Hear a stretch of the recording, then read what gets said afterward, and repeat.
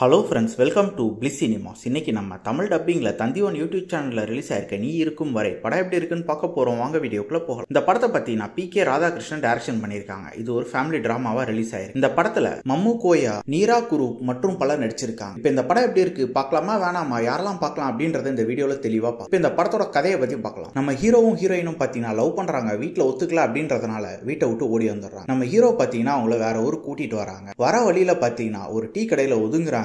அங்க ஒரு சின்ன பிரச்சனையில பாத்தீங்கன்னா அங்க நம்ம ஹீரோ ஒருத்தரை போட்டு அடிச்சிடுறாரு. அடிச்சுட்டு அங்க இருந்து கிளம்பியும் வந்துடுறாரு. அந்த கேங் பாத்தீங்கன்னா இவங்கள துரத்த ஆரம்பிக்கிறாங்க, தேட ஆரம்பிக்கிறாங்க. இந்த மாதிரி சிச்சுவேஷன்ல இவங்க வந்து கல்யாணம் பண்ணிக்கலாம்னு பாக்குறாங்க.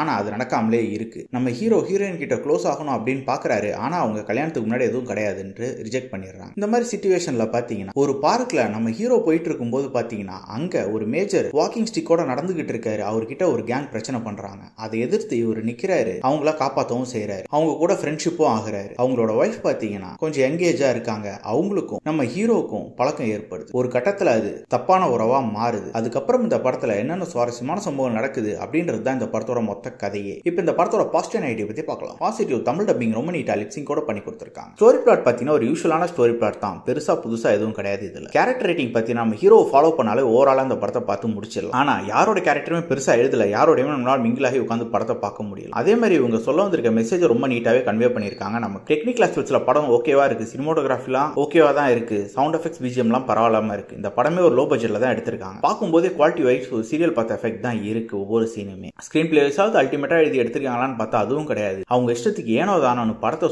சுத்தி எங்கெங்கயோ சொல்லி 4-5 கதையை சொல்லி எடுத்துட்டு போறாங்க. சுத்தமா சுவாரஸ்யமே இல்ல. ஓவராலா பாத்தீங்கன்னா இது ஒரு பிலோ ஆவரேஜான படம் தான். வேணும்னா ட்ரை பண்ணி பாருங்க. படத்துல மைல்டான அடல்ட் கண்டென்ட் இருக்கு. சோ ஃபேமிலியோட ட்ரை பண்ணாதீங்க. இன்னொரு வீடியோல சந்திக்கலாம். தேங்க்யூ.